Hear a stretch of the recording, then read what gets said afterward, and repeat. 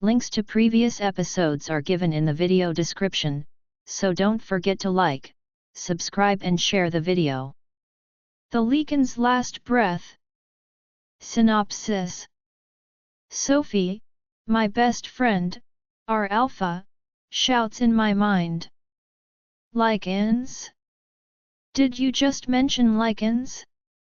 Yes, Vera. They are on their way. Prepare your people. I couldn't believe we truly have Lycans tonight. I grew up hearing that Lycans and wolves were sworn enemies. It was also said that to safeguard their pure blood, Lycans were forbidden to marry wolves for generations. I was still astonished, but I couldn't let my thoughts drift any further. I'm a doctor. An injured werewolf bursts through the ER entrance, cradling an unconscious wolf. I rush over to them, and the nurses, who are already dressed and in heels, come to assist. What occurred? I concentrate fully on the critically wounded Lycan, and for a moment, I feel as if his fading heartbeat resonates in my own chest. I assess his vital signs as a nurse reluctantly connects him to all the equipment. As I place my hand on his head to lift his eyelid and check for pupil reaction, I sense electricity surge beneath my fingertips. What the? Suddenly, his eyes snap open, startling me and causing both our heart rates to spike. He gazes at me intensely. I would never expect those eyes belong to a man who is barely alive. He murmurs something too softly for me to catch. I lean in closer, and as he murmurs again, he flatlines, and my head spins.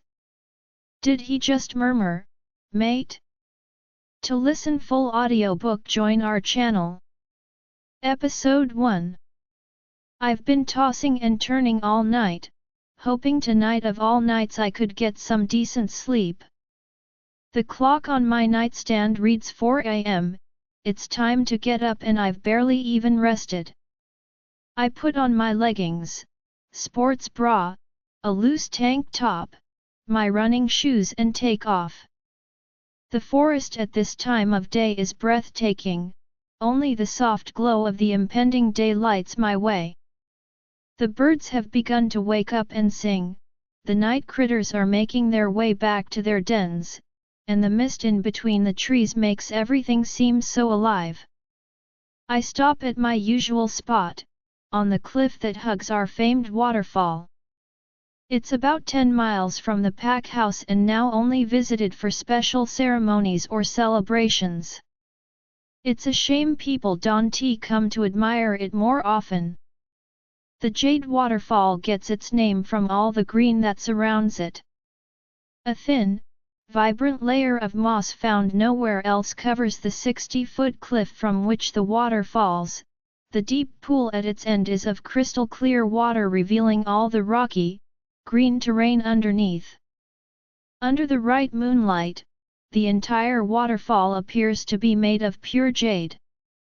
Its gentle fall of water also makes this the perfect place to meditate. Closing my eyes, I begin to stretch, breathe, and clear my mind, but as I'm about to sit down, I feel everything around me still and a chill runs down my spine. My eyes frantically scan the surroundings, from tree to tree, from plant to plant. The forest is trying to tell me something is wrong and alarm bells ring in my head, fear creeping up my spine. Well, morning to you, too. I interrupt her before she can continue. I need scouts by the Jade Waterfall. Vera, what's wrong? I don't know yet, but yes, I know. Not 10 minutes later, about 25 scouts are joining me, feeling the same tension in the air I do when they approach. Our Alpha arrives shortly after, accompanied by her mate in wolf form. We are all feeling uneasy, but none more so than I. Even in human form, no one is more attuned to the forest than me.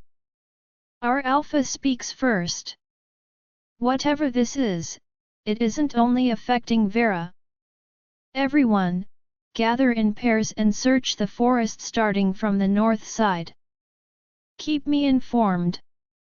The scouts do as they're told, rushing into the forest with a howl. Our Alpha turns to me, you should head back with us, Vera. You have an important day ahead of you. If you don't mind, Alpha, she grunts. If you don't mind. Sophia. I'm going to stay here a little longer. Maybe I can help. Sophia, our Alpha, is the daughter of the previous Alpha and my best friend. We've known each other since we were young and know everything about each other, but now that she is our Alpha, this knowledge feels a little intrusive. It doesn't even feel proper to call her by her name anymore. She gives me a worried look. Please be safe, you may be one of the best warriors we have, but you still can't shift. Whatever is out there, is strong enough for us all to be uneasy. I lower my head at this and she sighs. The fact that I have not yet been able to shift has been a great concern of mine. Any decent wolf can transform by the age of 12. I'm 23 and still can't connect with my wolf. Sometimes it makes me wonder if I'm a werewolf at all. I notice Sophia trying to waddle her way onto her husband's back.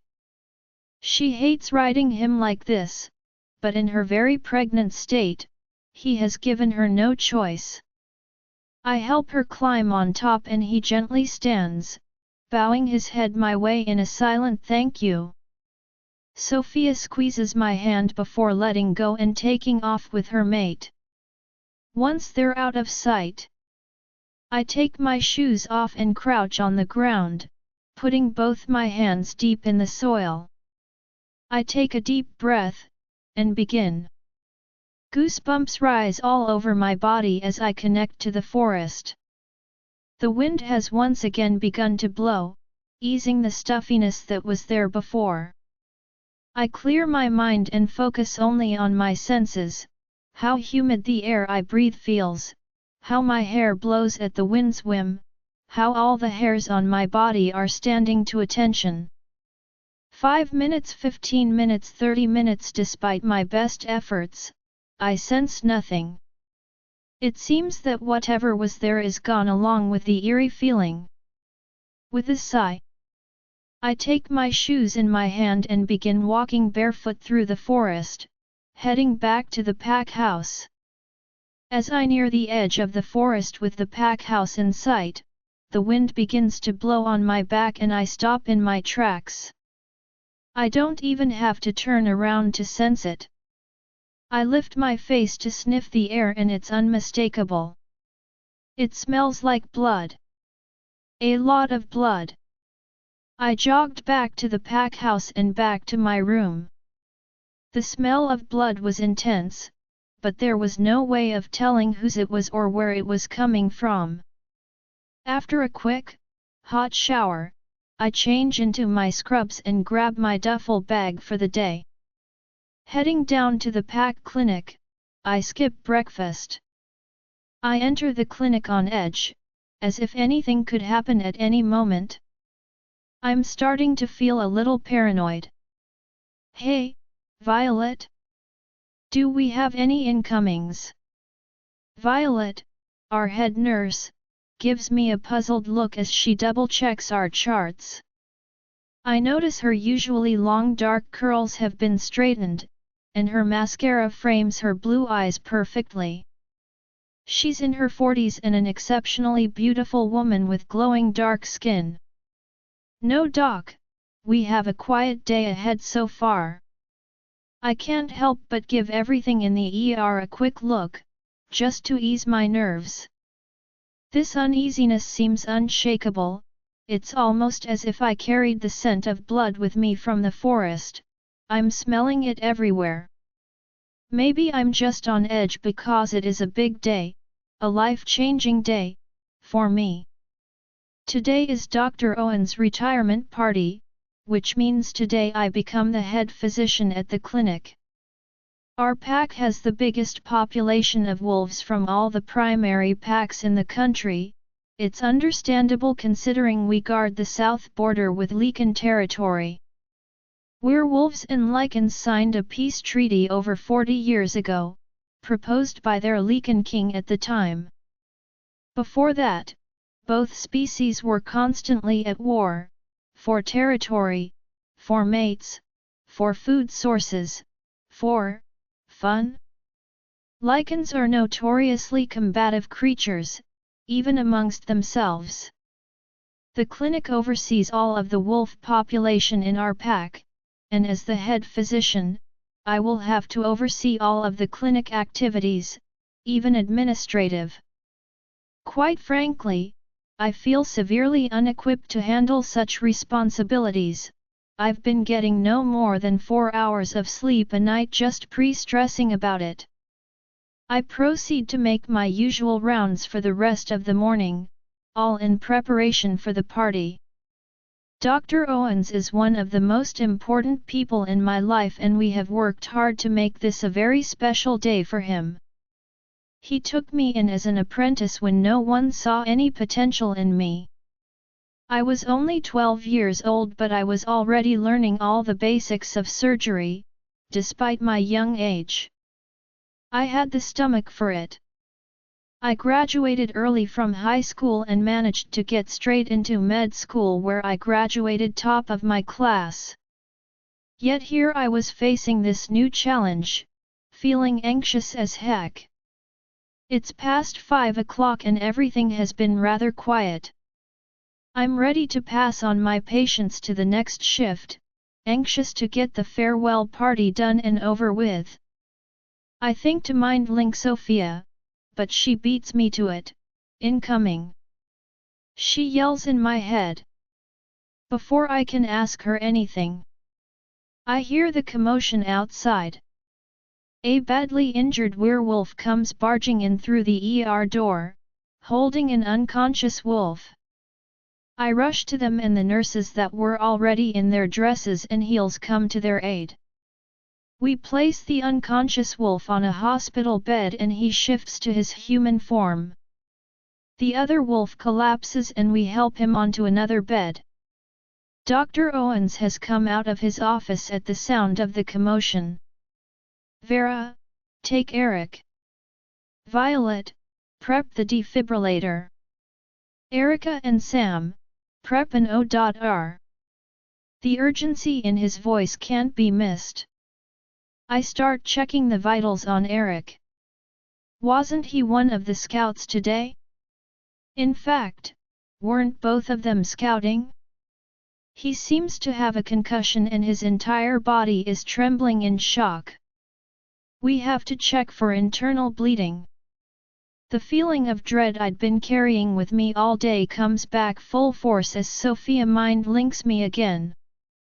Vera, we're going to need all hands on deck. Get your people ready. 10 injured wolves total. 3 Lycans. Lycans. Did you just say Lycans? Amongst the 8 more wolves that show up with minor to severe injuries within the next 5 minutes, I smell the 3 Lycans immediately, 2 of them carrying an unconscious one. It's clear he's barely hanging on. I direct them to a bed and after roughly placing him on it, they both collapse beside him from exhaustion. I instruct the other doctors and nurses to tend to the wolves, prioritizing those who seem to be losing consciousness, but they are noticeably wary of the Lycans. Luckily, most of the wolves seem to have mild injuries, notoriously scratch marks. What happened? I turn my full attention to the severely injured Lycan and for a moment, it's as if I can feel his slowing heartbeat in my own chest. I check his vitals as a nurse reluctantly hooks him to all the machines. As I put my hand on his head to lift his eyelid and check for pupil response, I feel electricity run below my fingertips. What the? Without warning, his eyes shoot open, startling me and sending both our heart rates through the roof. He looks at me intently. I would never think those eyes are of a man who is barely alive. He whispers something too low for me to hear. I get closer, and as he whispers again, he flatlines and my head is reeling. Did he just whisper, "Mate"? Vera, it takes me a couple of seconds to react. Did I hear him correctly? Did he say mate? One of the Lycans who carried this man is regarding me with surprise. Did he hear him too? Crash cart! I yell. Fortunately, my doctor brain kicks in and I can stop thinking about what I did or didn't hear. Sam comes rushing in with a crash cart and we get ready to bring this man back. Clear. First shock. No heartbeat. Clear. Second shock. Still no heartbeat. Clear. The young Lycan who was staring at me has come closer to stand by his friend. Come on, Noah. Come on, man. He seems to be tearing up when suddenly, beep. Beep. Beep. It's faint, but it's there. This is good enough. Let's roll him up to an O.R. Now, this is one of those moments where I reevaluate my entire life so far. Here I am scrubbed in to operate on a Lycan. Did I mention I know nothing of Lycan anatomy?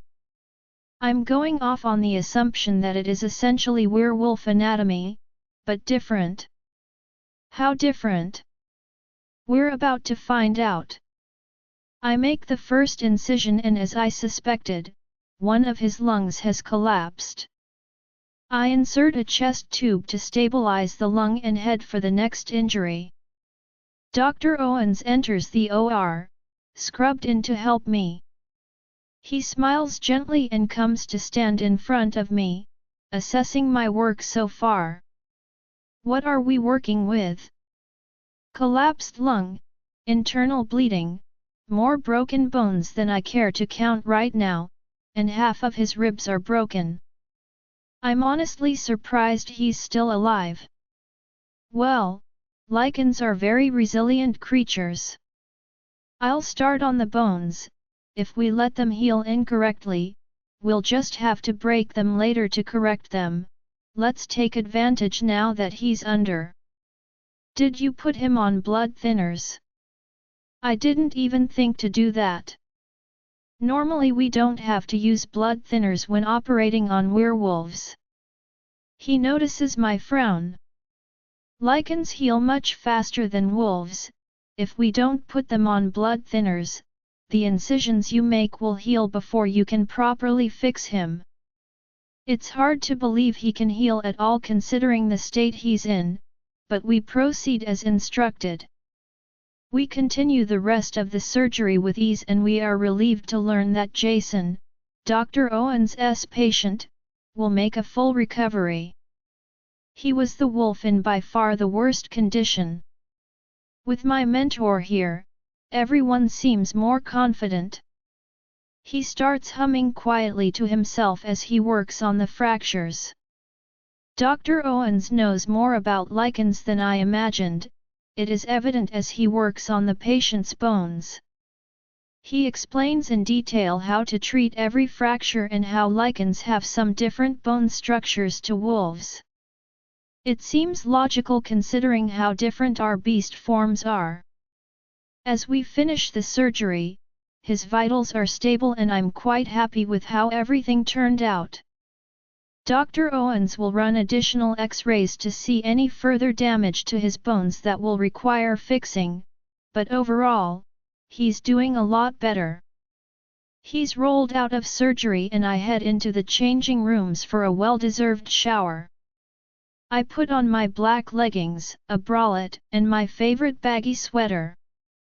It's almost 10 o'clock and I am more than ready for the comfort of my bed. I am wiped out from not sleeping properly these past few weeks, but first I have to check on my patients. Particularly the one I just spent hours on. I enter the room and a nurse, Katie, is updating his chart. The room is dimly lit by one of the bedside lamps and my hand instinctively moves to turn the main lights on. He likes it dark, comes an almost growl from a figure in the corner of the room. He's sitting down but I can smell him, he's one of the Lycans. Katie gives me an annoyed look, letting me know she tried it too. Well, I am not Katie. I turn it on with a flick of the wrist. This inspires a growl from the friend in the corner, but Katie is relieved that she can actually do her job now. She hurries and finishes her notes, checks his meds and leaves. The room the Lycans are in has 4 beds, one of them has been left empty as I imagine no wolf wanted to be in here with them. In the one next to my patient is the young Lycan from earlier. Apparently sedated. The one in the corner starts moving when I approach the bed of his friend. He looks noticeably older than the other 2. I proceed to check my patient with him looming over us. It's incredibly annoying. Once I'm done, I turn to him. One of his arms is on an arm sling and the other is heavily and incorrectly bandaged. I frown at this. Did someone from our staff do this? It seems like negligent care. I also notice he has a deep cut across his forehead that is nearly healed and a scratch mark on his neck that is still a vivid red color. It is no wonder he collapsed when they came in. He has deep gray eyes, whiting hair, and a muscular build that betrays his likely age. His face is stern and his eyes are distant. Much like the staff, I assume he is wary of us, and even warier of being on our territory. In any other case, they would have been killed immediately for trespassing. But an exception has been made by our Alpha. How long until he wakes up? He asks. The surgery went very well and he's stable. Depending on how fast Lycans heal, he should wake up tomorrow without a problem. I smile out of pure professionalism, but his stance is getting on my nerves. Will he be able to travel? We will run more X-rays tomorrow to make sure his bones are healing in place. Depending on the results, he could travel perhaps in a week's time. Perhaps? Our healers would have had him walking in a day's time. You mutts can't even do your jobs right. He almost spits as he speaks these words, but I am unfazed. We all know what to expect from these creatures. We will cure you, feed you, and clothe you for as long as our Alpha sees fit. Until then, try to not to offend my staff. Remember, you're on wolf territory now. I give him a tight smile and leave. He managed to irritate the tired out of me. How is that even possible? Vera? Vera, is that you? What are you doing here? Auntie Eleanor? Honey, you shouldn't be here. I thought we would never see you again. I don't. Where is here? I can't see anything. Don't worry, darling, I'll send you back. I wake up at the crack of dawn the next day feeling incredibly rested. It is so comfortable underneath the sheets that I dare not even open my eyes. What was I just dreaming about? I seem to have forgotten already. It's still raining outside, and even though I could go to the gym and use a treadmill for my morning run, I really don't want to move. I decide I deserve to sleep after everything that happened yesterday, but just as I'm about to doze off, Vera? Vera, get up. We need to talk. Sophia mind links me, sensing I'm awake. I go radio silent on her. Girl! If you don't get your ass into my office in the next 10 minutes, I'm going in there and dragging you here myself. I still don't answer. If I go into labor because of the physical exertion, it's on you. I'm angry she would play that card on me. I grumble and get up to my bathroom to wash my teeth and face. I won't even bother changing for her, even though it's the same clothes I left the hospital with and the same clothes I slept in. I brush my hair, put on my tennis shoes and head out.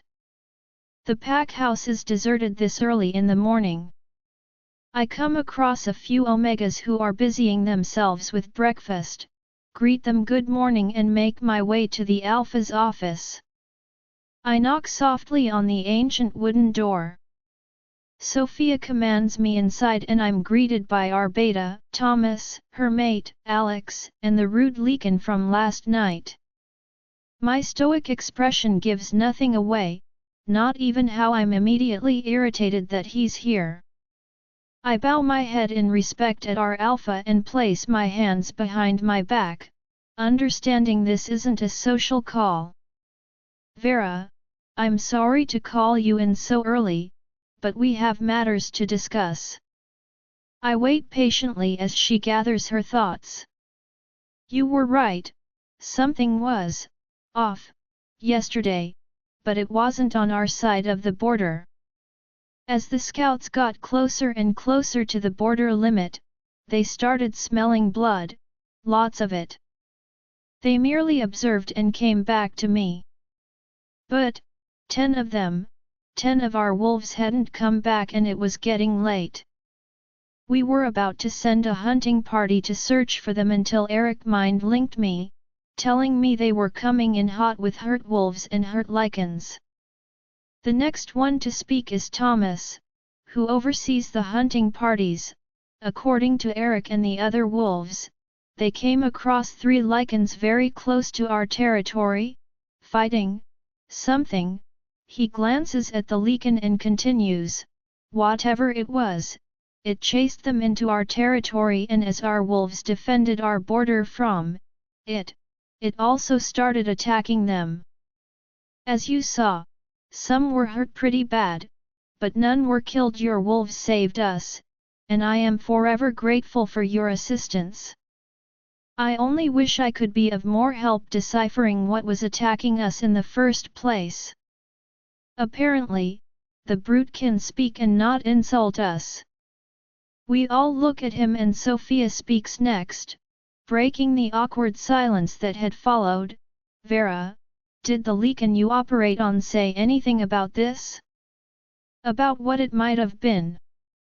I take a moment to go through the events of last night in my head, thinking hard on anything anyone could have said that could shed light on this. No, sorry.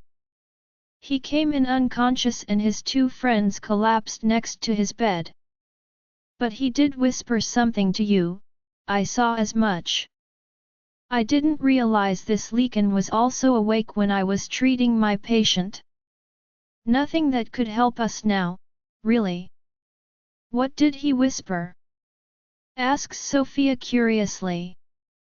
Mate. Everyone is staring at me in utter confusion and the Lycan narrows his eyes. I feel like this is a foot in the mouth moment and frown.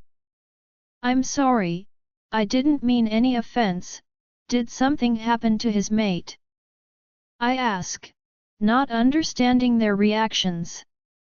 He doesn't have a mate, the Lycan speaks through gritted teeth. I'm about to reply but Sophia mind links me once again, was he referring to you? How would I know? Did you feel anything? When you touched him? When you looked at him? Realization dawns on me. The only time I touched him, with bare hands, I did feel current beneath my fingertips. Sophia and I just stare at each other, understanding crossing both of our faces. Alex clears his throat. Well, That's not very useful, says Sophia, deep in thought. After a few seconds of silence, she gives me a look I know very well.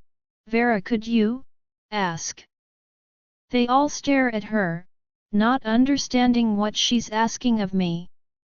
The Lycan scoffs, probably thinking she means for me to ask his friend. I smile gently at her and bow my head. She returns my smile and I take my leave. Sophia is my best friend, and she has seen firsthand how connected I am to nature. She's asking me to ask the forest. The rain has turned into a drizzle as I run towards the edge of the forest. Once I'm about half a mile in, I bare my feet and crouch down. One hand goes into the soil, the other open palm onto the deepest rooted tree I could find. I breathe in, every hair on my body standing to attention. My nostrils flare once again as I turn my head on the direction the wind is blowing. I start getting flashes, images, emotions, all conveyed through the wind and the soil. I dig deeper, wanting more, wanting answers. Suddenly, I see it all too clearly. Something invisible, made obvious only through faint shadows and prints on the ground, viciously attacking a big group of Lycans, crushing, scratching, biting, gruesomely tearing into flesh, and helpless Lycans whimpering in pain. There were many more, but only 3 made it to us. I see many Lycans dead on the ground, and others taking their last breaths without even knowing what happened. The grass is littered with bodies, extremities, and so much blood. I stand up abruptly, not wanting to see more. I had begun to cry through the vision and now I can't stop. I feel their pain as if it was my own. I hug myself, trying to regain some warmth after what I just saw. I'm shaking uncontrollably and my breaths are shallow. What beast could do so much damage? To Lycans of all creatures? After a few minutes, I compose myself enough to concentrate on Sophia. Sophia, Vera, did you get anything? Yes, but you're not going to like it. Lucas, I haven't been able to rest, despite being heavily sedated. Whenever I doze off for a few minutes, it takes me back to that nightmare, a nightmare I'm still struggling to place in the real world. I can't accept what I saw, I'm not even sure of what I saw. When Eli, Noah, and I got to the campsite by the border, they were all dead, all our brothers were dead. There must have been at least 40 of them lying on the ground, some even missing their limbs. What could possibly cause such carnage? This had been a clear attack on the camp. But all the dead were Lycan. Where were the bodies of the enemies? The warriors stationed here were elite, but they managed not to kill a single enemy? All 3 of us stood over their bodies for many minutes, at a loss for what to say or think.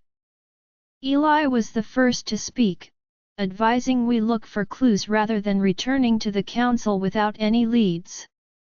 We all agreed, but, as we came to inspect many of our brothers' bodies, we realized that no beast known to us could have caused this type of damage.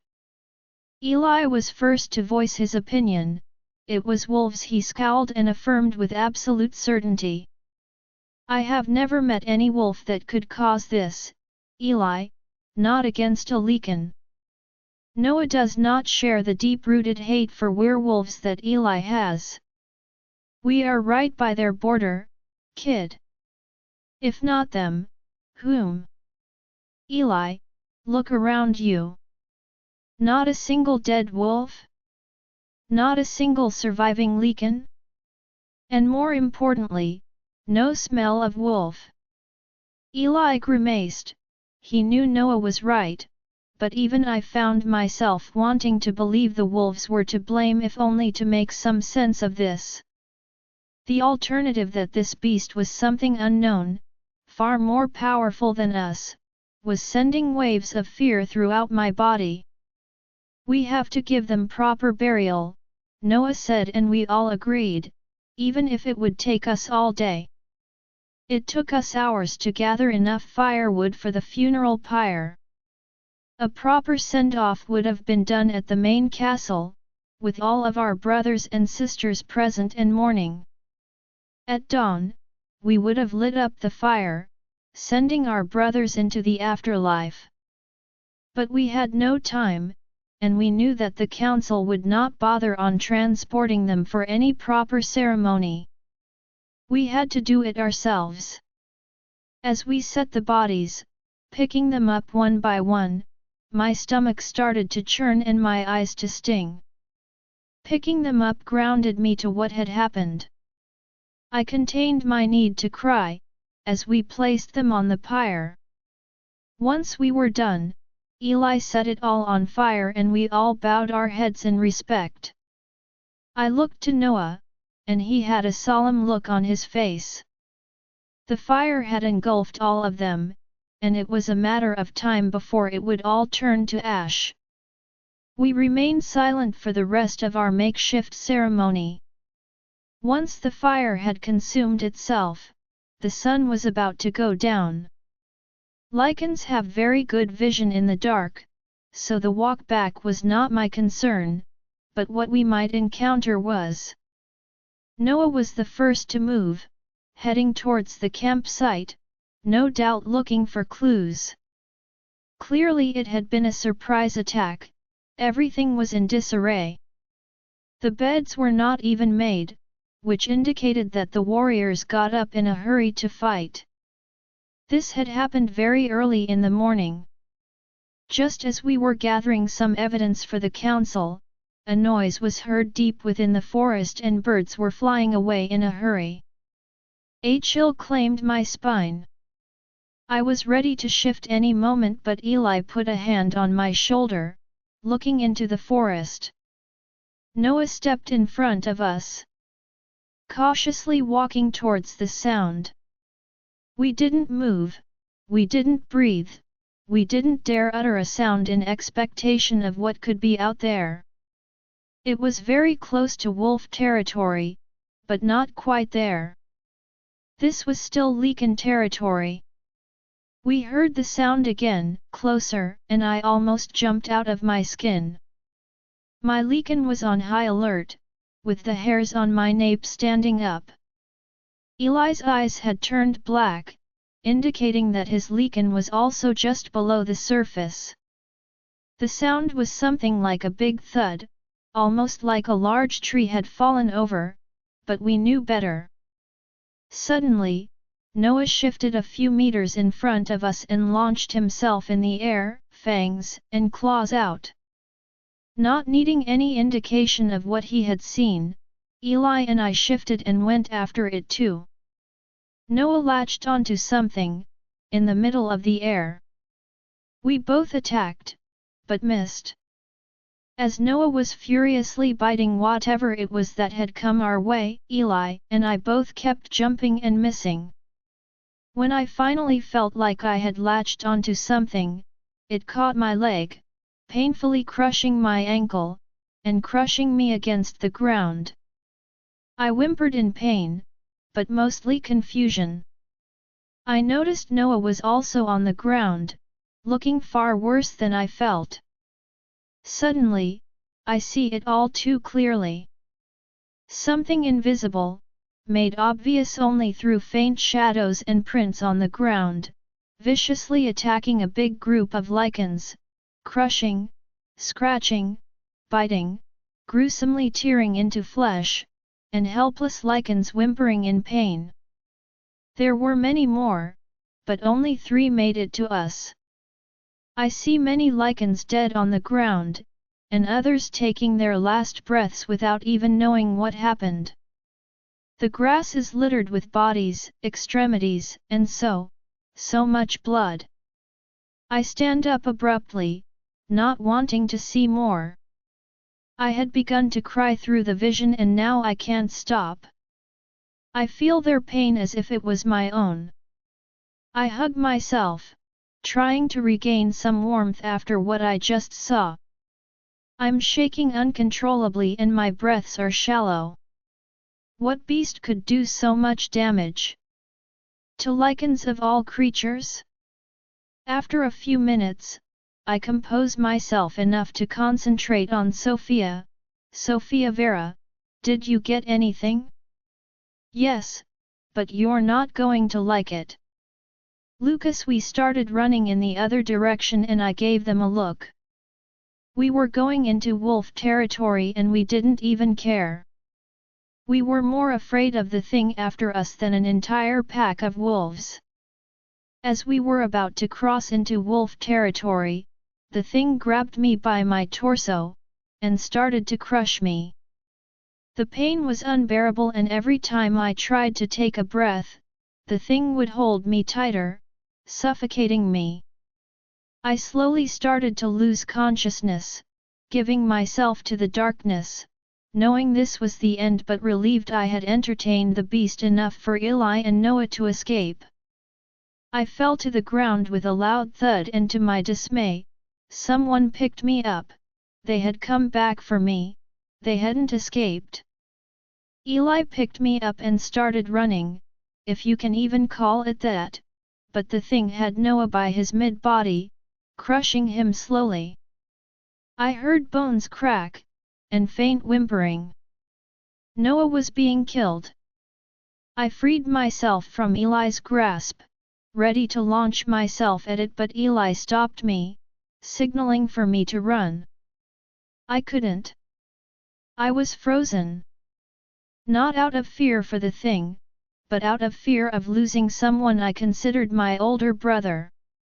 Nonetheless, Eli outranked me and I couldn't defy his order. With a pain that was more than physical gripping my heart, we started running. Not a minute after we started running, we heard something coming from our left side. Wolves! The pack of wolves came running at full speed and howling and fangs bared. Eli took a defensive stand but I instead started running towards Noah. If the thing also attacked the wolves, it would leave Noah long enough for us to get to him. It was a cruel plan, but this thing was already on wolf territory and was likely to attack them anyway.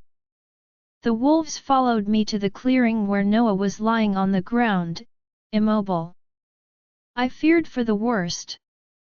As I approached, I realized Eli was behind me and we both picked our friend up. He was still hanging on, barely breathing. As we turned around to run, we realized the wolves were fighting with the thing. Apparently it had attacked them too, just as I predicted. Eli went to attack it too.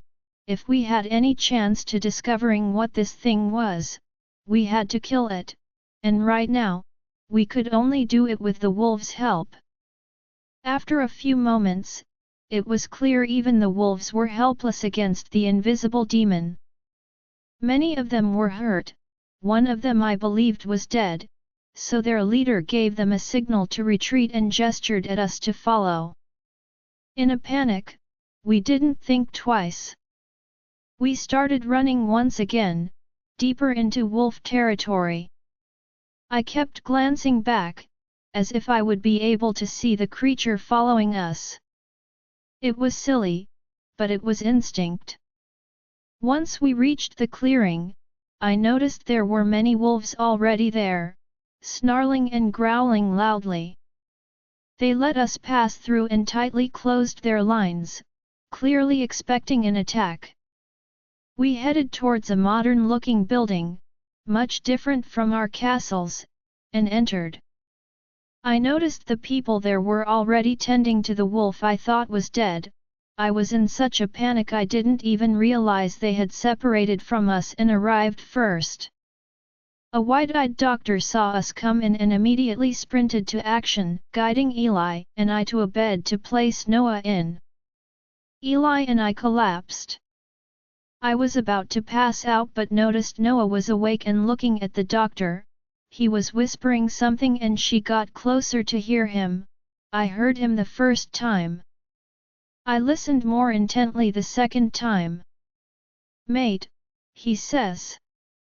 I'm wide-eyed as I regard the doctor. Is she really Noah's mate? He flatlines and I fight my body, willing it to stand. I'm right next to him as the doctor shocks him once. Twice, 3 times until he's back. They wheel him out to an OR, and I pass out cold on the floor.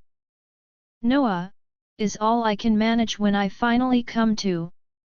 I'm on a hospital bed, fully bandaged with an IV drip on my arm.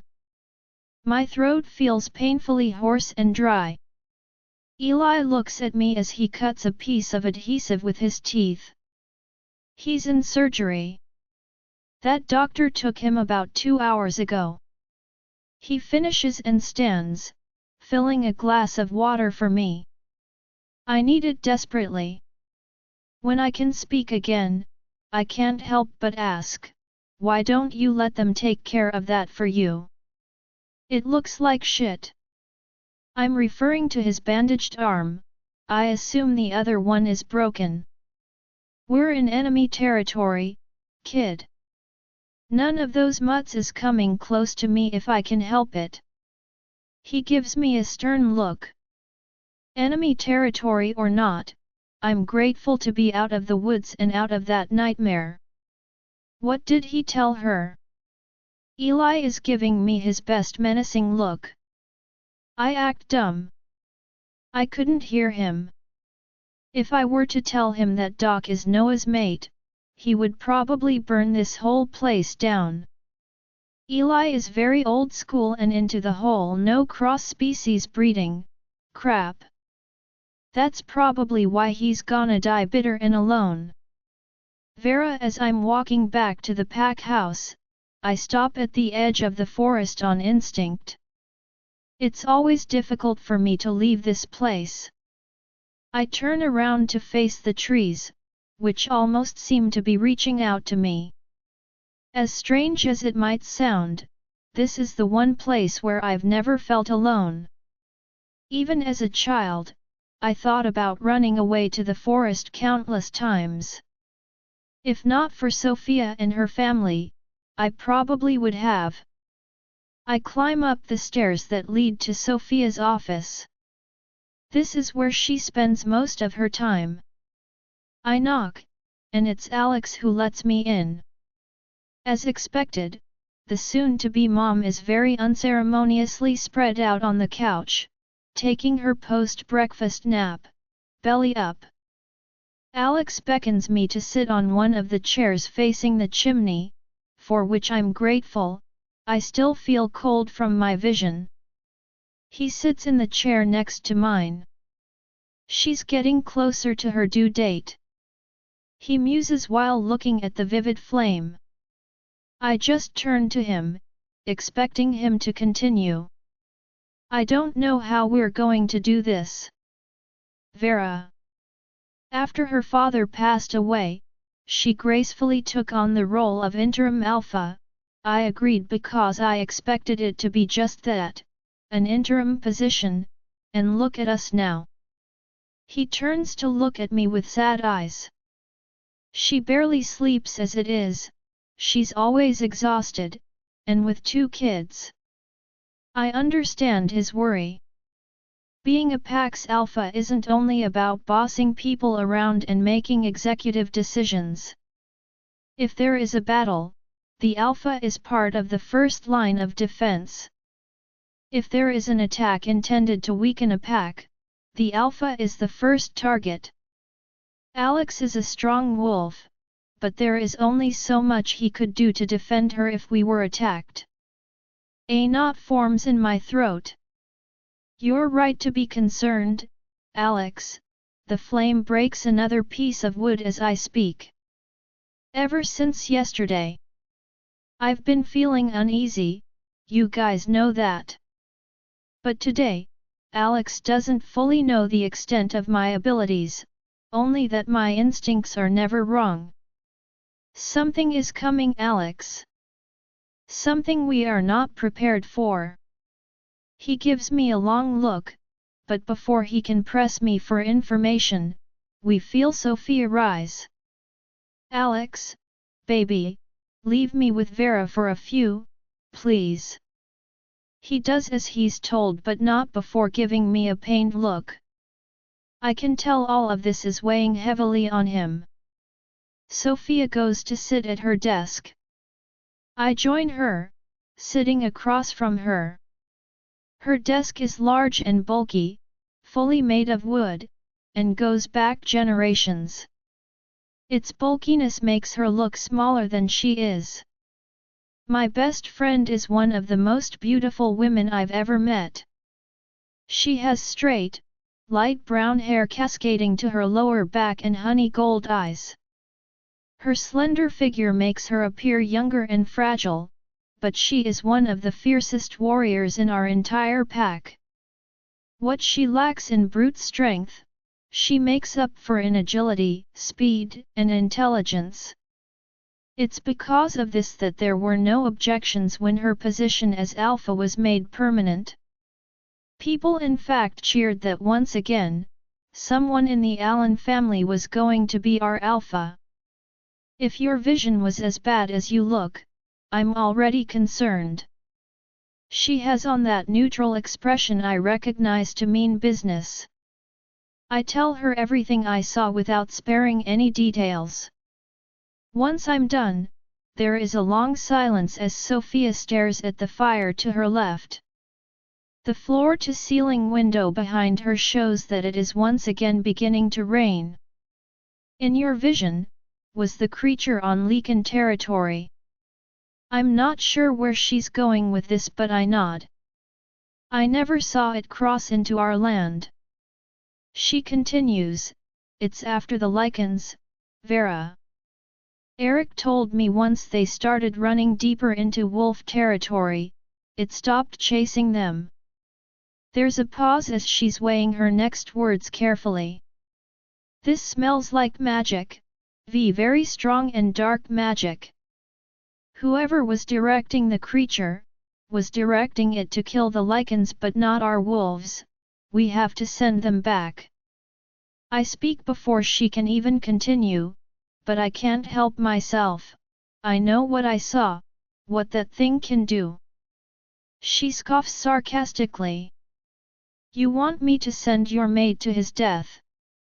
I am taken aback by the reminder of the nonsense that man said yesterday.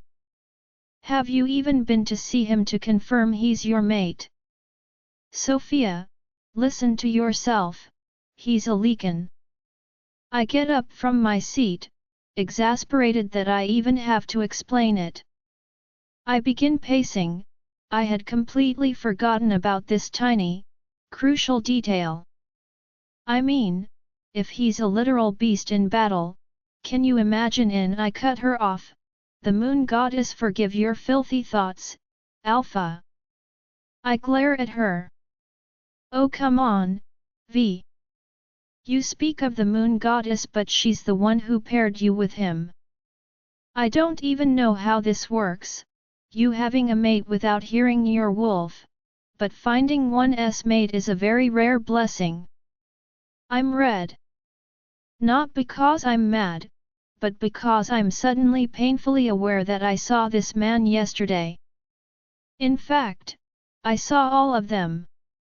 They didn't even have time to put on some clothes after shifting to their human form. I place my red face on my hands, collapsing on the chair once again, and Sophia chuckles.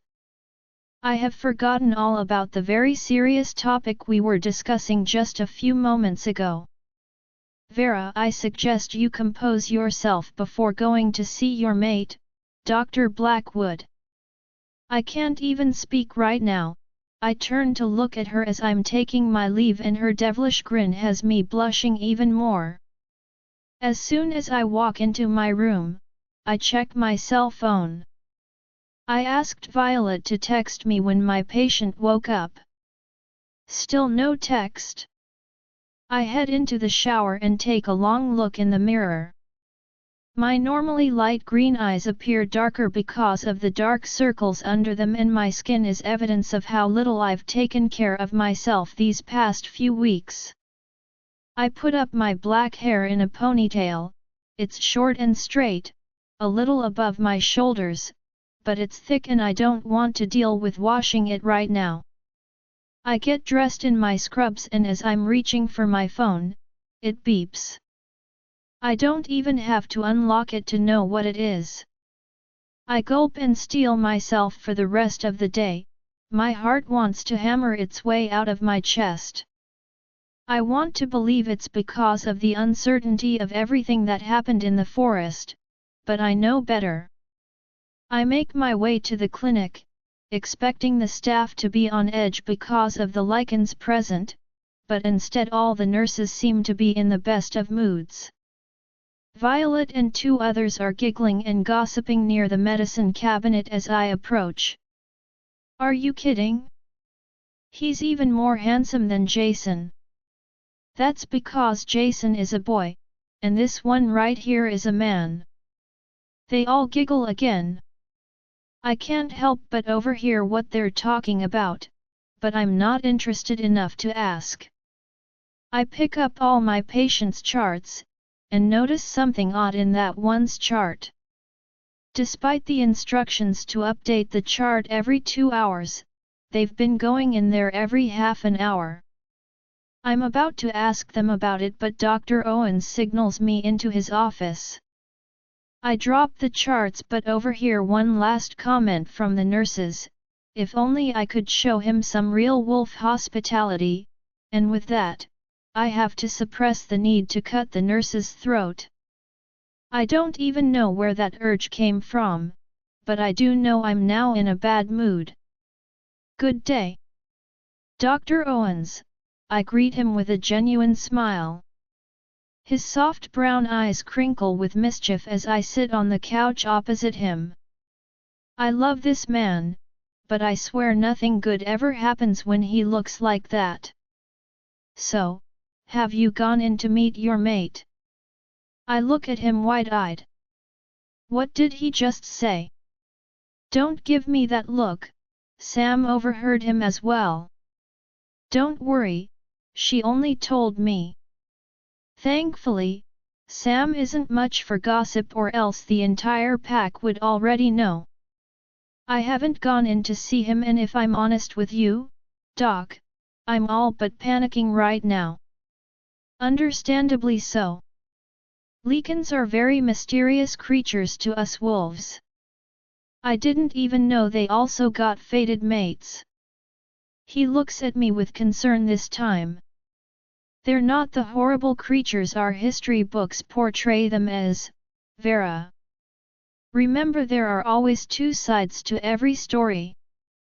We have only been taught the wolf side. I'm still curious why Dr. Owens is so partial to Lycans, and why he knows so much about them. You can hide out here until you calm down. Even I can hear your heart flipping like a bird's. I'm embarrassed he noticed, but gracefully accept his offer. I often come in here to help him out anyway, and with luck, it will take me all day to organize his files. 6 o'clock comes along and Dr. Owens is getting ready to leave. I close his laptop, having finished updating all patient files and all nurse schedules for the next week. Good luck, Vera. Dr. Owens smiles kindly at me and squeezes my shoulder. I smile back but let out the biggest sigh as he steps out. Working with him all day has given me some peace of mind, though. I gather my things and head to the nurse's station to give everything a final revision before I leave. As I approach, I notice the clinic is deserted. Only Violet and Sam are in the nurse's station as I approach. Hey, you two! Are you guys the only ones left? They both smile at me, knowingly. Violet hands me a chart, but I already know whose it is without looking. They both exchange a look. I cleared the floor for you, Doc. Sam winks at me.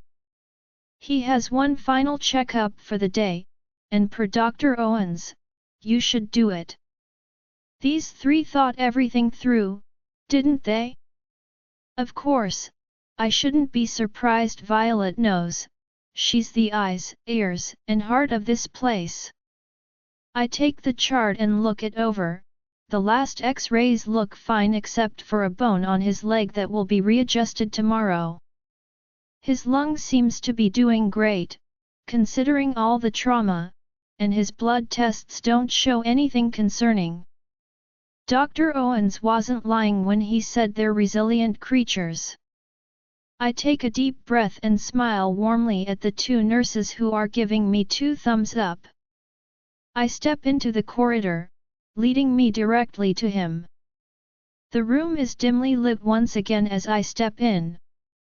Instead of turning the lights on, I approach his bed silently and notice his two other friends are gone. We're alone in the room and I take a moment to look at him. The man really is incredibly handsome. He has olive skin and wavy brown, disheveled hair that covers most of his forehead, a beard has started cover his perfectly chiseled jaw and his lips are lusciously full and lightly parted, breathing peacefully. Most important of all though, even if they reclosed, I remember his beautiful hazel eyes so clearly. The pull I feel to this man is undeniable. I focus on getting my notes down as quickly as possible. He's asleep and I intend on keeping it that way. He has to get very good rest to heal. A few minutes pass and I check all the machines and his meds and scribble them down on the chart. To my relief, he's been stable throughout the day. I was panicked I could have nicked something unknowingly during surgery. The heart monitor suddenly increases its beeping and I turn to it with a frown. As I look over, the man I was just musing over is looking at me with a lazy smile on his face, no doubt an effect of the painkillers. He tries to speak but winces. I reach for the glass of water and bring it to his lips. I sit on his bed as he drinks, his eyes never leaving mine. My own heart has started to accelerate. Once he's done and I place the glass back on the nightstand, he reaches for my hand and puts it over his chest. His hand on mine has me blushing uncontrollably but I still manage to look at him directly. His eyes are indeed hazel, but I realize now they're even more stunning than I remembered. The light green of his irises isn't surrounded by brown, but by countless specks of gold I could swear resemble stars. I could spend the rest of my life trying to count them all. A few moments pass but the sparks on the back of my hand don't subside. On instinct, I lift my hand from his chest to his cheek and smile warmly at him. I knew I couldn't have dreamt someone as perfect as you, he says, almost a whisper. I open my mouth to tell him something, anything, but was interrupted. The room lights suddenly switch on. Vera, his two friends are back, the young one looking much better and throwing me a beaming smile, and the old one from earlier, looking as if he just stepped on poop. What is the meaning of this? Why are you here? He's stomping to us in an almost comical manner, and yet I feel like a kid who's been caught doing something she shouldn't. I'm his doctor, why wouldn't I be here? Is all I can manage, and it isn't a lie, despite my ulterior motives. Is this a new way of checking his temperature, Doc? I glance at what he's staring at and sure enough, it's my hand on his cheek. When I attempt to remove it however, Noah places his hand on mine, keeping it where it is.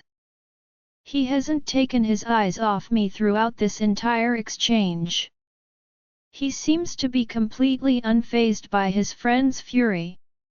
So you're the one who saved me, Hey! His goofy smile makes me return one of my own. I merely operated on you.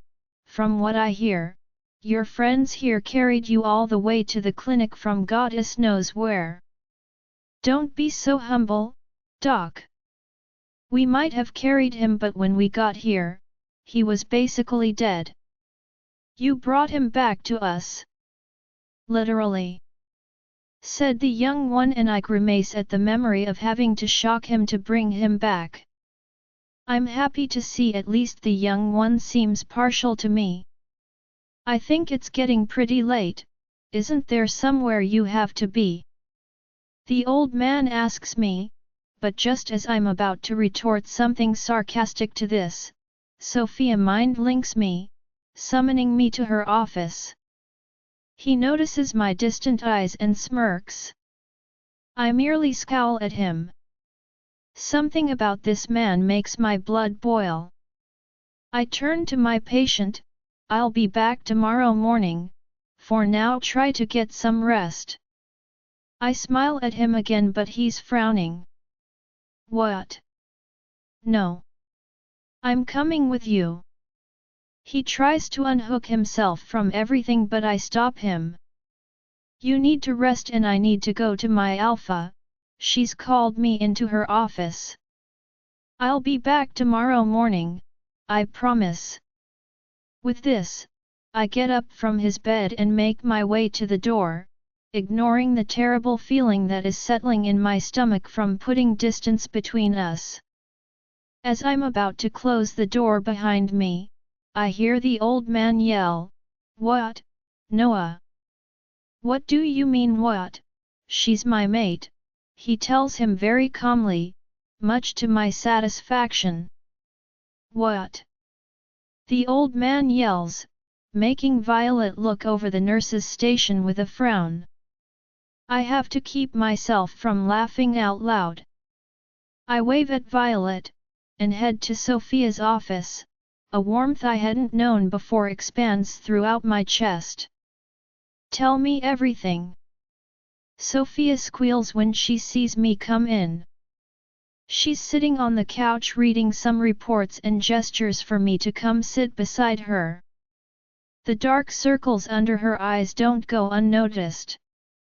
Our suspicions were right. He is my mate. I knew it. I freaking knew it. Did he wake up? Did you guys talk? Did something else happen? She wiggles her eyebrows at me and I roll my eyes. Soph, he's on a hospital bed under heavy sedatives. I doubt we'd be able to even if we had the chance.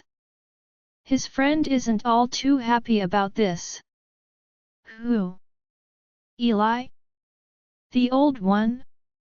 I noticed you two didn't like each other this morning. He's apparently very traditional and doesn't believe in breeding wolves and Lycans. Oh, because we're mortal enemies. I roll my eyes. How old can this man be? He believes wolves make Lycan blood impure. She's giving me a very serious look, so I reciprocate it, but we both crack and explode in a fit of laughter. Alex had to pinch me under the table to keep me from laughing in his face. I swear he looks and talks like he came straight out of a medieval movie set. Realization dawns on me that I hadn't really thought this through. It's uncharacteristic of me to not think things through. I'm extremely calculating, but that's just how strong the mate bond is. I've heard and seen this before, with Sophia and Alex. Alex is not an alpha, and the Allen family nearly disowned Sophia for picking her mate over an arranged marriage. She could have lost everything. Her name, her identity, and her rank within the pack, but she didn't care about any of that. What does it actually mean to be mated to a Lycan? What does it mean for my future in the clinic? In my pack? I can feel you panicking, Vera.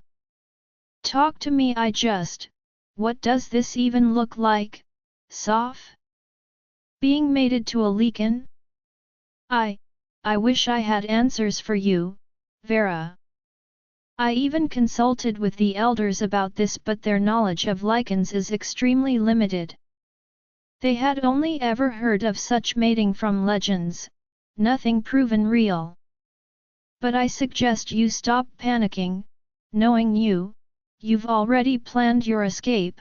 I can feel her considering her words carefully. There is a lot we don't know about you, V. Don't ask me why, but I have a feeling the moon goddess knows exactly what she's doing. There's a reason for this.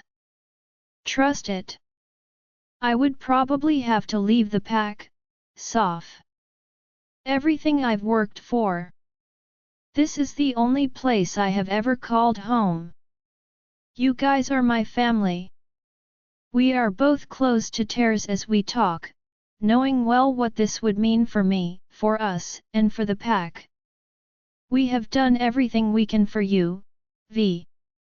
But we both know you have a journey that transcends this pack.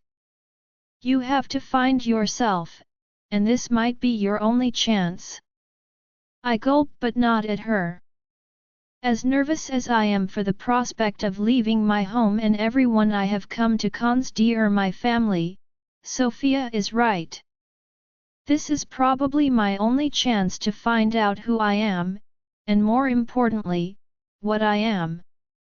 Noah, the attack and everything we witnessed plays in my mind repeatedly, the ground crowded with my brothers' bodies, the funeral pyre Lucas, Eli, and I built, the dread once I realized the beast was coming for us too. We fought with everything we had, but we couldn't even see our enemy. Once it had me in its maw, I knew it was the end for me. Strangely, however, right now all I feel is peace. I feel weightless. Is this limbo? Am I dead? I must be, because I have never felt so good in my life. Every worry I ever harbored, every insecurity and every ounce of pain, simply gone. I feel like I'm floating, but there is this strange warmth about the place where I'm at right now. I really hope I'm dead so I get to stay in this warmth forever. Out of nowhere, though, I feel a tingling sensation on my forehead and it spreads throughout my body. It intensifies the warmth and I fight to open my eyes to see where this is coming from. My eyelids feel heavy, like it's an impossible task to open them, but I'm determined to find the source.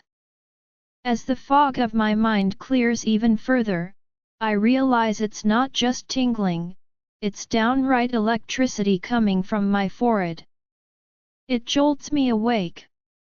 What I see and feel is even better than my limbo. It's an angel, my angel. Her beautiful face is looking at me with concern and I realize it's her hand on my forehead that caused my awakening. Her straight, black hair frames her face as she regards me. She has the most seductive full lips I have ever seen, and her eyes are the most beautiful shade of green the first have ever seen. My beaten and dying Lycan is also awake, and we're both staring at her. He doesn't need to tell me, I already know, mate. It is barely a whisper and she comes closer to me to make sense out of what I just said. Does she not feel it too? Mate, and then, the fog and darkness claims me again. Once again I feel the fog lifting and I know she is close, I can feel her. I fight to open my eyes to find her. I need to see for myself that I didn't dream her. Before I can completely wake up, the first thing I perceive is her smell.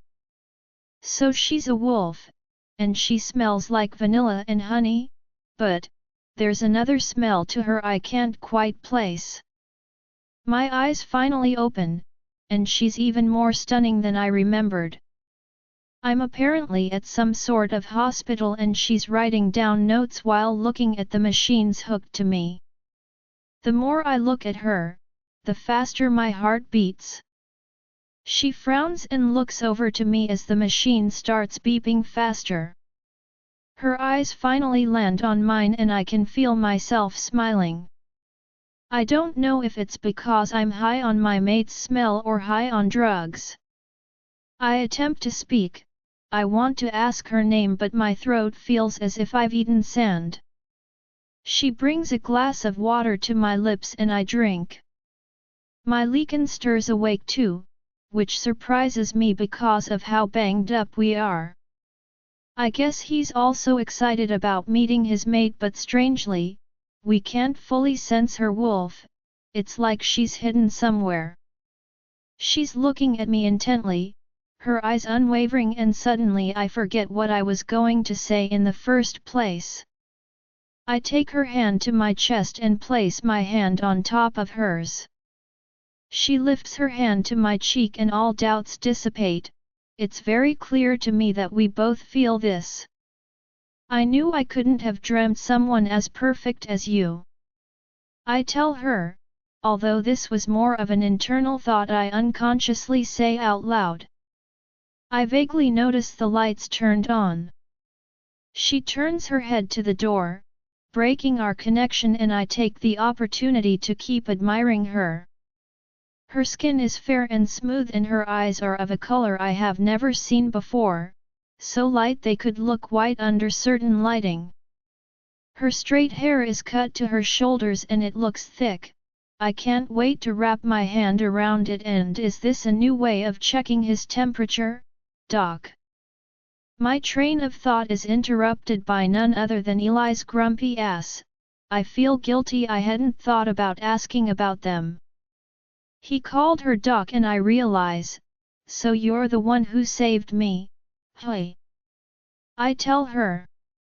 My hand instinctively goes up to hers, keeping her here. I merely operated on you, from what I hear. Your friends here carried you all the way to the clinic from goddess knows where. Now I turn to look at both Eli and Lucas and it grounds me to our reality. We were attacked and nearly killed, and we don't even know by what. Don't be so humble, Doc. We might have carried him but when we got here, he was basically dead. You brought him back to us. Literally. Lucas tells her with a big smile, he's like a little brother to me but if he smiles at her any longer, I'm breaking his other arm. I think it's getting pretty late, isn't there somewhere you have to be? Eli clearly doesn't like her and I'm not surprised, but if he continues to look at her like that, I'm also going to have to break his other arm. I'm about to growl at them to back off, but my angel speaks to me first. I'll be back tomorrow morning, for now try to get some rest. Rest? How can I get any rest knowing she's not in bed with me? What? No. I'm coming with you. I tell her. Panic settles into me at the thought of her leaving, but also at the thought of whatever attacked us coming here and me not being able to protect her. You need to rest and I need to go to our Alpha. She's called me into her office. I'll be back tomorrow morning, I promise. She steps out of the room and all I want to do is follow her. What, Noah? Eli is angry enough to dare yell at me. What do you mean what she's my mate? I tell him very calmly, knowing well how much this is going to irritate him. What? His scream could have awoken the entire place and his face was getting redder by the second, but any complaint he might have would fall on deaf ears. She was already mine. Noah. After Eli calmed down, he and Lucas filled me in on everything that had happened after I lost consciousness. How we got past the wolf border and ended up in a werewolf clinic, how Lucas heard me tell the doc she was my mate before I flatlined. This earned him a deathly glare from Eli who found out only moments ago. Honestly, I couldn't even be sure I heard you correctly, you could have been delirious for all I know. Lucas tells me, a sad expression in his eyes. I thought we'd lost you, Noah. If it wasn't for Vera bringing you back and operating on you, I look at him wide-eyed. Yet, her name is Vera Blackwood, I asked around for you. He gives me a wide grin. At least one of them is happy about me finding a mate. What else have you found out? I knew she would be back tomorrow morning, but if Lucas already went thought the trouble of asking around for me. Well, this is the Dark Moon Pack, and she's a pack member but she wasn't born here. This is the only pack in the country that has an orphanage and she came to it as a toddler. Eli interrupts Lucas with a growl, much to my annoyance. Ladies, please, if you want to gossip, do it once we are back at the castle. We are in enemy territory. Do not forget what these wolves are capable of. I forget how stubborn he can be. What do you suggest, Eli? Would you like to venture into the forest, looking and feeling like shit, and risk running into that thing again? I don't even think I can run properly in my state. I gesture to all my injuries. We might be Lycan, old rag, but that thing chewed us up and spit us out like we were livestock, and we still have no idea what it is.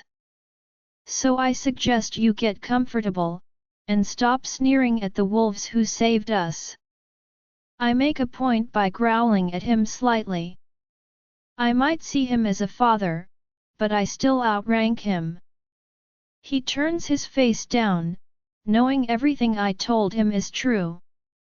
The Alpha seems to think it was dark magic. We turn to face Lucas. I give him a questioning look but Eli fills me in.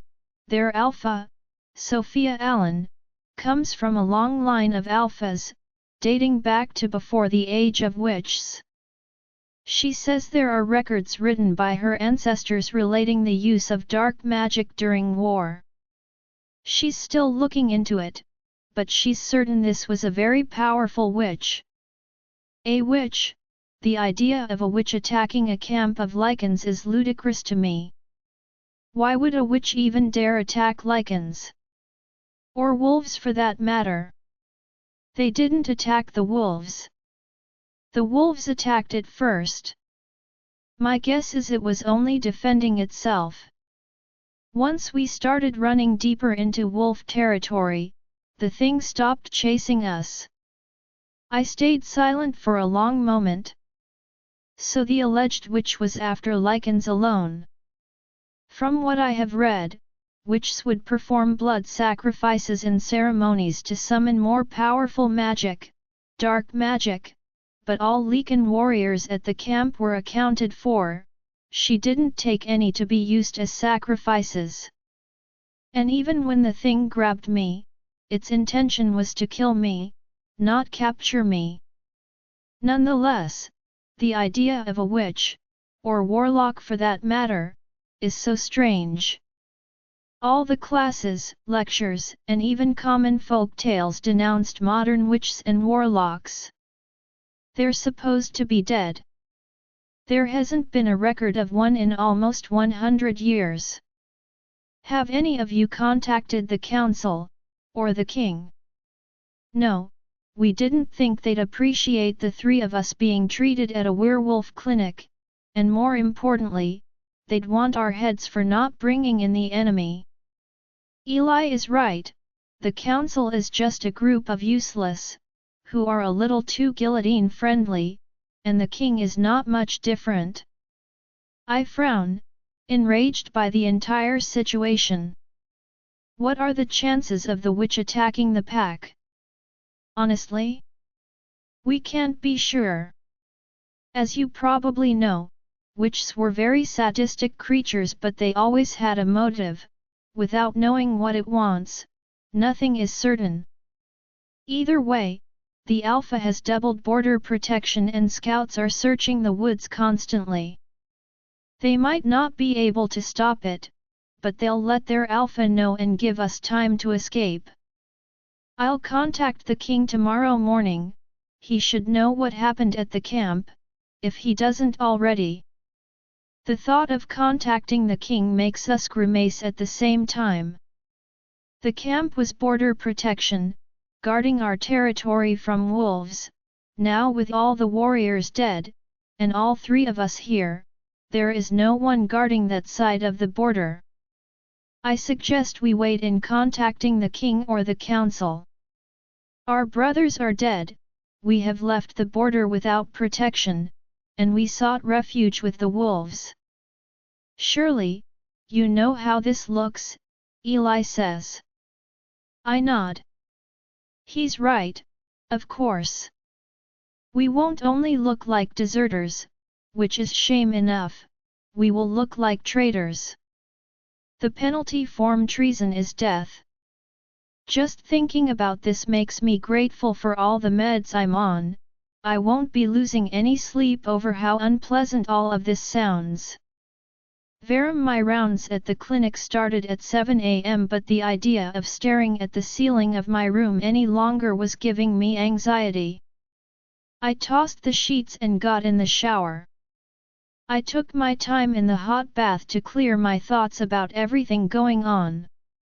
My heart felt like it wanted to thump out of my chest at the idea of looking into those hazel eyes again, but I could not ignore how heavy it also felt.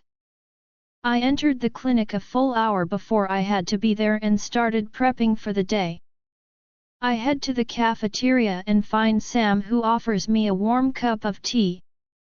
I gracefully accept and make small talk until it is a decent time to go find my patient. As I make my way to his room, it's odd, but for some reason, I can't feel him. This fact unsettles me enough to walk a little faster. I didn't think he had any procedure scheduled for today, and he shouldn't be walking around in his condition. As I push the room door open, the only one there is Eli, and he is already looking my way before my eyes land on him. He's not here. I look at Noah's neatly done bed, clearly he's been gone for a while. Moving closer to the old man, I gauge his reaction with every step. This time, I don't perceive any hostility from him at all. How odd. I can see that. I take a few supplies from the tray by one of the beds and approach him. He watches me silently. On my other hand, I take one of the visitor's chair and place it to sit at his side, facing him. I assess all of his incorrectly dressed wounds and assume he did this to himself. I refuse to believe any one of our staff members could sew such a poor job, albeit intentionally. I reach for the scissors and he growls, threatening me, but I don't give a damn. I take his arm and start shredding all his dressings, careful not to pick his skin. I can feel him tense, but he doesn't stop me. I take a look at all the half-healed wounds all over his arms. The other two Lycans have been healing steadily, this one should be further along in his healing. You heal slower, I say. It isn't a question, it's a statement. I'm old, he states flatly, his eyes not meeting mine, rather staying focused on my hands. I get to work on all his wounds, cleaning them and dressing them correctly. When I get to the arm on the sling, he flinches ever so slightly as I remove his makeshift sling.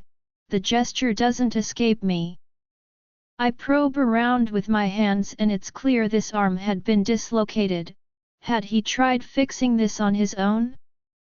It was incorrectly done and probably incredibly painful.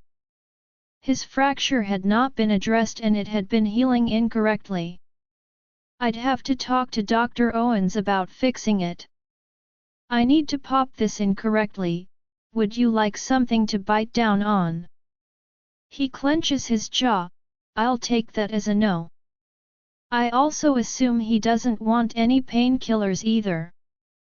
I extend his arm, placing one hand on his shoulder, minding his fracture, feeling my way through the process. I begin shaking his extended arm very slowly and lightly. After a couple of seconds of this, I feel the telltale clack of his shoulder under my fingers and snap it into place. This is normally an extremely painful process, but Eli didn't even flinch this time. He's probably too proud to show any weakness to a wolf like myself. I sigh and shake my head. Keep it on the sling for a couple more days, it should heal properly now.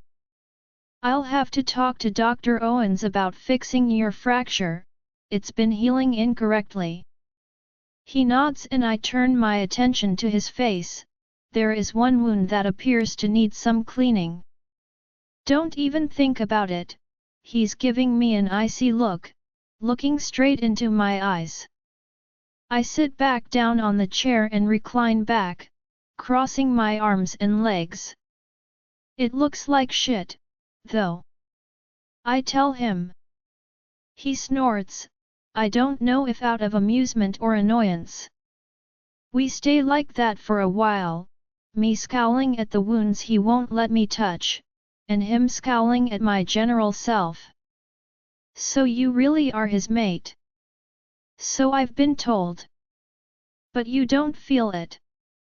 His question sounds so hopeful, it's a little comical. Oh no, I feel it, he's definitely my mate. His hope flattens as he pinches the bridge of his nose with his fingers, his eyes closed. We stay silent for a while. Whatever he's thinking about, he's not sharing with me, he's merely staring out the window at the forest with a pensive look. I get up to get some water and as I'm holding up the pitcher, I feel a painful pinch at the back of the neck. I turn, my hand instinctively going to the base of my neck. I assume Eli has done something to me, but he's still sitting in his chair looking out the window, not even paying attention to me. What the and then, I see red. I drop the pitcher, glass scattering everywhere although I barely notice. My skin feels like it's on fire and it's spreading to all of my nerve endings. I don't even have time to cry out, my vision getting blurry. I drop to the floor with a thump. The last thing I remember is Eli coming to me and calling for help. Vera, I told you we should have prepared her. Now neither of us is there and she is a target, Eleanor. Do you know what will happen if that witch gets a hold of her? She can't even summon her wolf. SHH. She's awake. Vera? Oh Vera, honey, are you okay? How do you feel? Can you hear me? I don't know where I am, I don't know what happened. All I feel is light. Light as a feather, almost like I'm floating. Is this an out-of-body experience? Am I dead? Why does this place seem so familiar? The people talking to me. I can hear them clearly, but I can't see them. Are my eyes even open? I feel like they are, but there is a fogginess to my vision. But... know this place? Hello? I call out hesitantly. Oh, Vera, sweetheart. Don't be afraid. We won't hurt you. I'm your GR, don't you dare, mother. We agreed this was for the best. Why do you agreed this was for the best, and look at her now. Do you know what this kind of magic can do to her? She can't even defend herself for Moon's sake. Vera, Vera darling, listen to me very carefully, you're in great danger, your entire pack is in great danger. You have to fight this, you can fight this. I will guide you, take my hand. As confusing as this is, I do as I'm told. I reach out my hand, expecting for the voice to take it, but instead, I feel them all. I feel the pressure of multiple hands, all at once. How is this even possible? What is even more bizarre, I feel as if I know each and every one of them, like we are all connected somehow. I start feeling lighter and lighter, like I'm about to disappear, when I hear her voice again. It is done, my child. And just like that, unconsciousness welcomes me again, or so I thought. The next moments are plagued with many dreamlike visions, like I'm the spectator of a play. Everything is in motion, despite my presence. The clothes look antique, the vehicles and the buildings betray the era we are in. But how is this possible? Victor! A voice calls behind me. I turn to the voice, reading myself to be discovered. But instead, the figure passes right through me and hugs a man in a black tuxedo behind me. Master Ackley, the man composes himself and nods his head politely. Nonsense! My close friends need not call me master. Are you headed to the grand ball? Come, come. You shall ride in my carriage with my wife and I. You are too kind, friend. I will gladly accept your offer. It seems there is a storm brooding in the horizon. The man and I raise our heads to the clear skies above, silently questioning the man's forecast. When I turn my head back down, I gasp. The man named Victor is looking directly at me, never breaking eye contact. Can he see me? I wave, frantically, desperate for an explanation, but he shakes his head ever so slightly, and with a flick of his raised hand, the scene changes once again. I'm in a great hall, with lavish golden decorations, grand mirrors, and the highest ceilings I have ever seen. The chandeliers are high up and golden. I see numerous paintings and statues, all so perfect and elegant, it makes me question if this is all a dream after all. Everything seems to sparkle, but something captures my attention. Out of the corner of my eye, I see a painting that resembles a place I know all too well, Jade Waterfall. I get closer to it, admiring the enormous painting. Strangely enough, even if the waterfall is most beautiful when the full moon shines on it, this painting depicts a new moon. There is no light at all coming from the sky, and yet the waterfall is shining for itself. How odd! You always knew how to throw a party, Alan. I'm startled by the loud voice, followed by loud laughs. It's coming from behind a closed door. I approach the door tentatively, placing one hand on it to see if it would budge, and to my surprise, it does. When I enter the room, there is no one in here. It seems to be an office of some sort, with uncountable books, 2 large fireplaces, and an unmistakable wooden desk. This is Sophia's desk. But, how? The room itself seems abandoned, everything is covered in dust and spider webs. I look behind me and the grand hall I was just in now seems desolate. There are no paintings, no statues, and the golden decor from before is either destroyed or under a very thick layer of dust. Night has fallen quickly outside, and my eyes adjust to accommodate for the lack of light. I exit the office through another door to its side, and suddenly I'm on a balcony overseeing what were once lavish gardens. What in the goddess's name happened here? The destruction outside is evident, there was a war fought here a long, long time ago. I lean on the balcony railing, my senses finally coming to me. My leading theory is that I'm dead, of course, and all of this is my brain's way of making sense out of it in my final moments. Eli probably killed me for dressing his wounds, or for being his protégé's mate, who knows? At the thought of Noah, an overwhelming sadness takes over me. They say losing a mate is a fate even worse than death. Losing a mate is akin to losing a part of yourself, the pain never fades, and you never forget.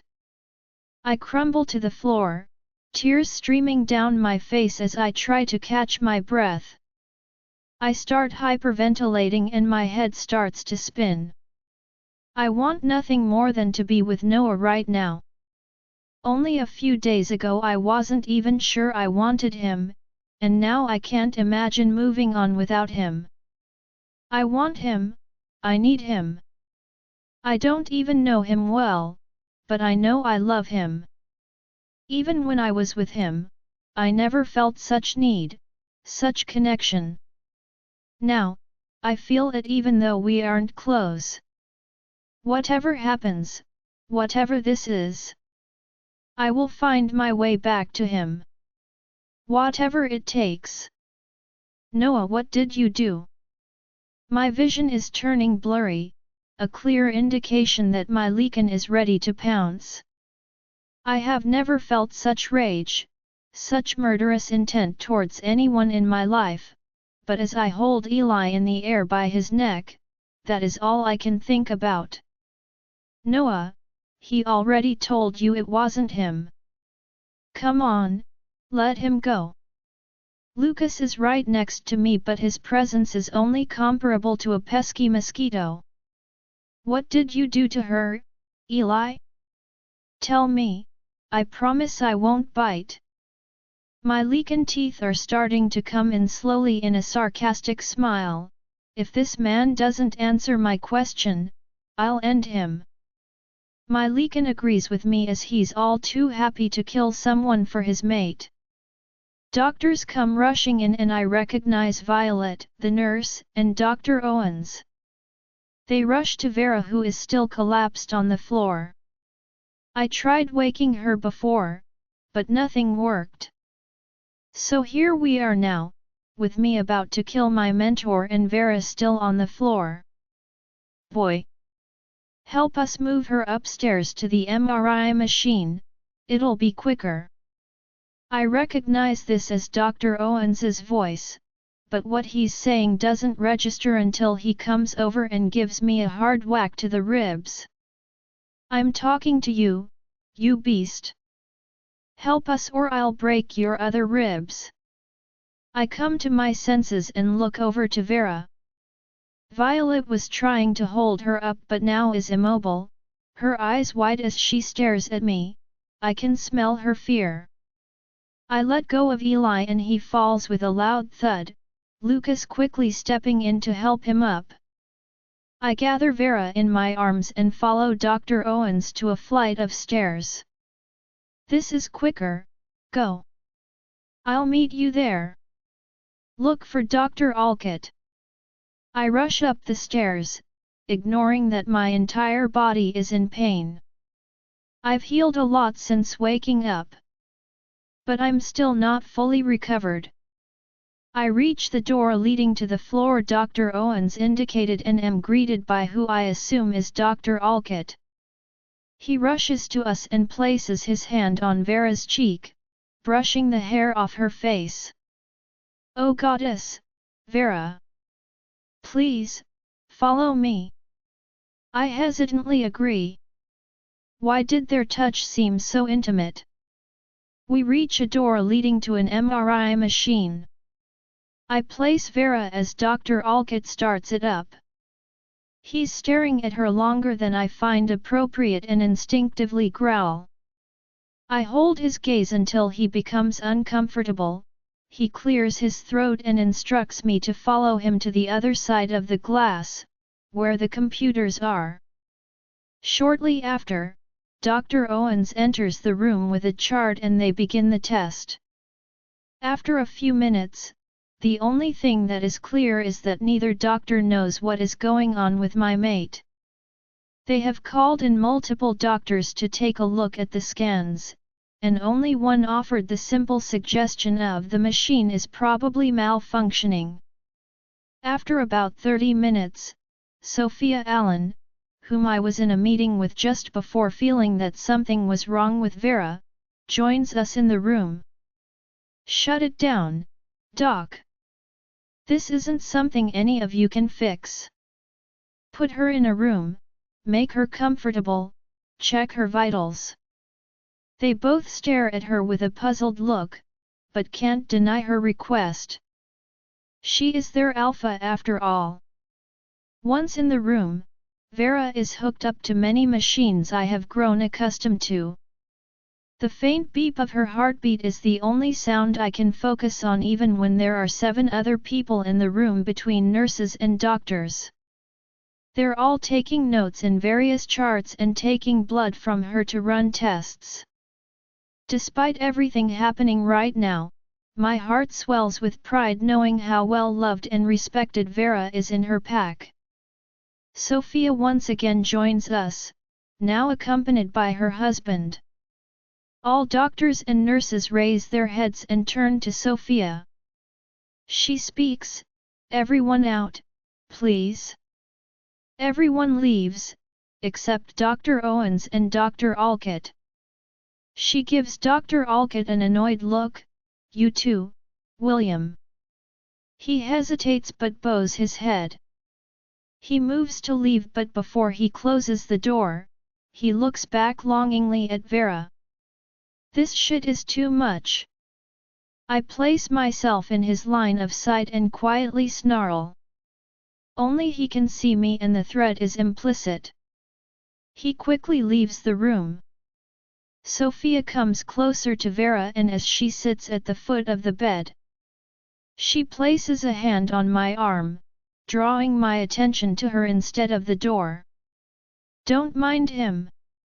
He and Vera used to date. It's nothing to worry about, he found his mate and have a lovely family together." "He and my mate used to what?" I give Sophia a long look, beckoning her to tell me more. She rolls her eyes.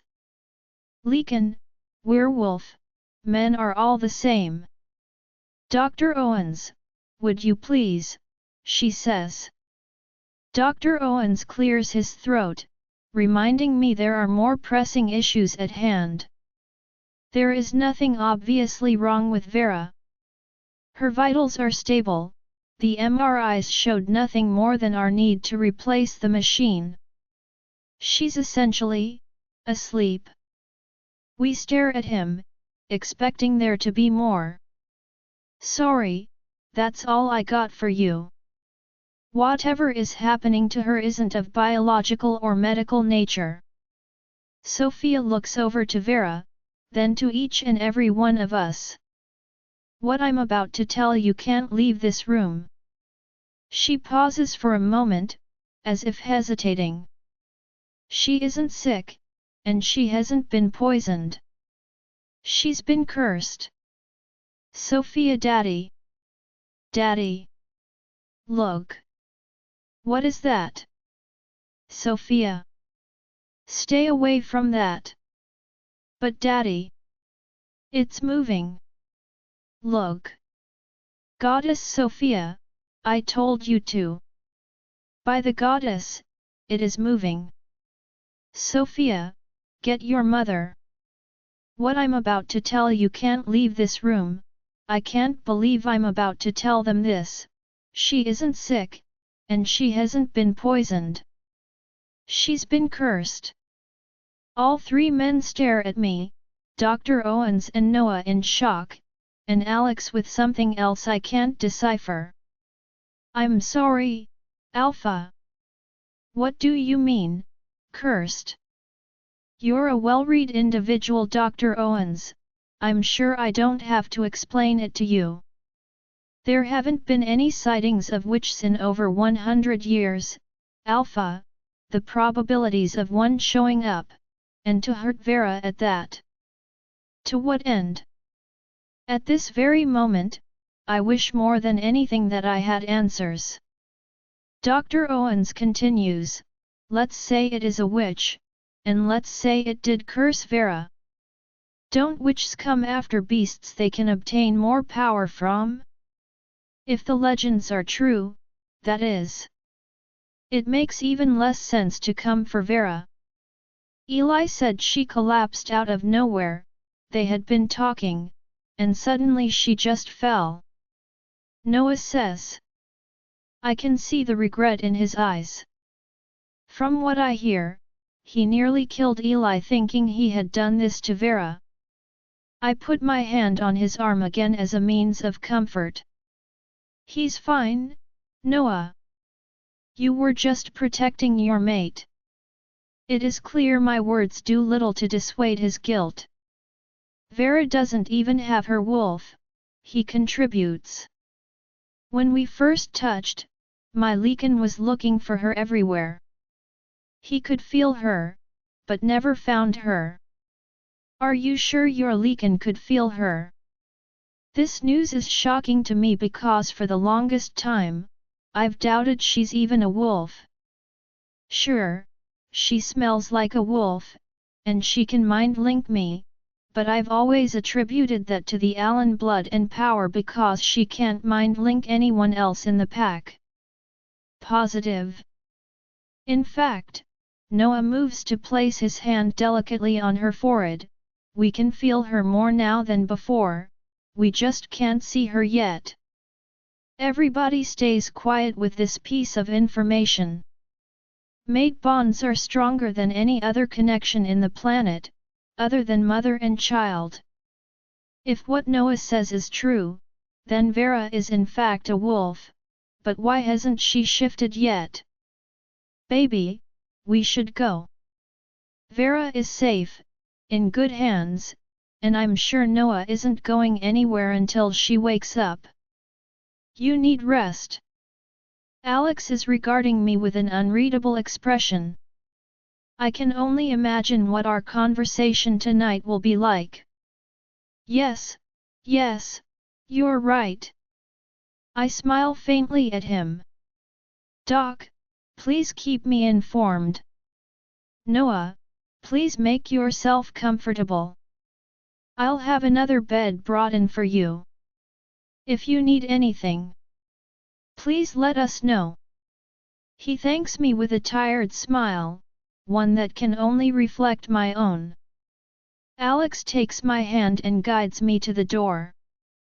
I take one last look at my best friend, lying in bed in what seems to be peaceful sleep. I say a silent prayer as I exit the room.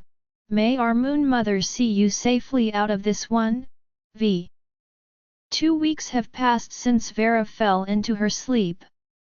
I haven't been able to do much work, not only because I'm worried, but because these pups are about to pop out any day now. Alex is understandably worried at this point. I haven't delegated any of the alpha activities to anyone just yet, even when I feel the day of my twins' birth getting closer and closer. What can I say? I am stubborn like that. I'm just about to mind link my beta, Thomas, when Violet mind links me first. Alpha. She's awake. And I can feel it, I can feel her like I never had before. It's a connection we always had, even as children. I don't know if it stems from our friendship, or the friendship stems from the connection. But she feels different. Like it's her, but not really her. My heart is pounding incredibly fast, too fast for my liking. My hand instinctively goes to my swelled belly and I wonder if it's time to meet my babies already. And for some reason, at this thought, a feeling of dread overcomes me. I'm sweating, I feel dizzy, and my breath is shallow. I'm holding on to the doorknob of my office in hopes it'll help me keep my balance. My beta, Thomas, mind links me, and I'm so close to fainting with what he says that my eyelids close. Alpha. The southern border has been breached. Our wolves have been attacked, there are some fatalities. This can't be happening, not right now. Alpha. We are under attack at the eastern border. This time it's one of my most trusted lieutenants. Alpha.